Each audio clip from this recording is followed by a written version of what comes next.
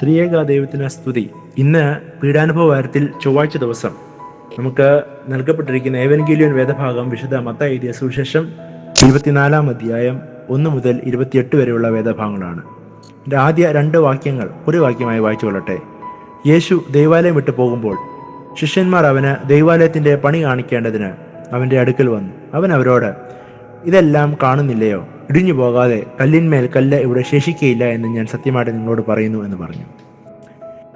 കർത്താവിൻ്റെ കാലത്ത് യെരുശലേം ദേവാലയത്തിൻ്റെ പണി നടന്നുകൊണ്ടിരിക്കുകയായിരുന്നു എന്ന് വേണം നമുക്ക് അനുമാനിക്കാൻ. അപ്പോൾ ശിഷ്യന്മാർ കർത്താവിനെ ഈ പണിയുടെ മഹത്വത്തിലേക്ക് കർത്താവിൻ്റെ ശ്രദ്ധ ക്ഷണിക്കുന്നു.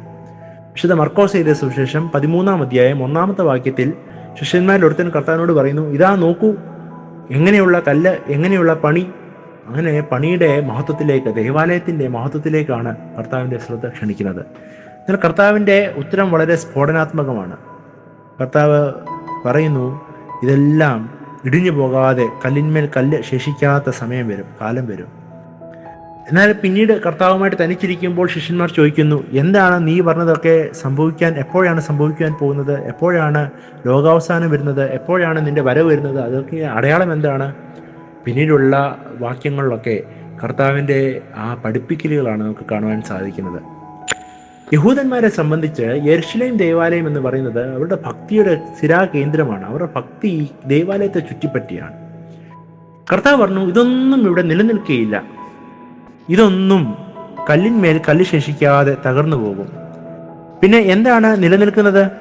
വിശുദ്ധ മത്തായി എഴുതിയ സുവിശേഷം 5 അധ്യായം 18 വാക്യത്തിൽ കാണുവാൻ സാധിക്കും. സത്യമായിട്ട് ഞാൻ നിങ്ങളോട് പറയുന്നു, ആകാശവും ഭൂമിയും ഒഴിഞ്ഞു പോകും വരെ സകലവും നിവൃത്തിയാകുവോളം ന്യായപ്രമാണത്തിൽ നിന്ന് ഒരു പുള്ളിയെങ്കിലും ഒരു നാളും ഒഴിഞ്ഞു പോകുകയില്ല. ഒഴിഞ്ഞു പോകാത്തത് ദൈവവചനം മാത്രമാണ്. നമ്മുടെ ഭക്തിയുടെ കേന്ദ്രങ്ങളാക്കി നാം വെച്ചിരിക്കുന്നത് പലതും കർത്താവിൻ്റെ വരവിന് മുൻപ് തന്നെ ഒഴിഞ്ഞു പോകും. കർത്താവിൻ്റെ ഈ പ്രവചനം AD 70 നിവൃത്തിയായതാണ്. ദൈവാലയം പൂർണ്ണമായിട്ട് നശിപ്പിക്കപ്പെട്ടു. റോമൻ പടയാളികളാൽ ഈ ദേവാലയം പൂർണ്ണമായിട്ട് നശിപ്പിക്കപ്പെട്ടു. എന്നാൽ കർത്താവ് പറയുന്നു, ഒഴിഞ്ഞു പോകാത്തത് ദൈവവചനം മാത്രമാണ്. അതേ അധ്യായത്തിൻ്റെ 24 അധ്യായത്തിൻ്റെ 14 വാക്യത്തിലേക്ക് വീണ്ടും നിങ്ങൾ ശ്രദ്ധ ക്ഷണിക്കട്ടെ. ഈ സുവിശേഷം സകല ജാതികൾക്കും സാക്ഷ്യമായി ഭൂലോകത്തിൽ ഒക്കെയും പ്രസംഗിക്കപ്പെടും. അപ്പോൾ അവസാനം വരും. അവസാനം വരുന്നത് ഈ ദൈവവചനം ലോകമൊക്കെയും പരക്കുമ്പോഴാണ്. യുദ്ധങ്ങളെയും യുദ്ധശ്രുതികളെയും കുറിച്ചും മറ്റനിഷ്ട സംഭവങ്ങൾ കേൾക്കുമ്പോഴും ഇത് ഈറ്റുനോവിൻ്റെ ആരംഭമാണ്, അവസാനമല്ല. എന്നാൽ അവസാനം വരുന്നത് കർത്താവ് പറയുന്നത് ഈ വചനം, ദൈവത്തിൻ്റെ വചനം ലോകമൊക്കെയും പരക്കുമ്പോഴാണ്.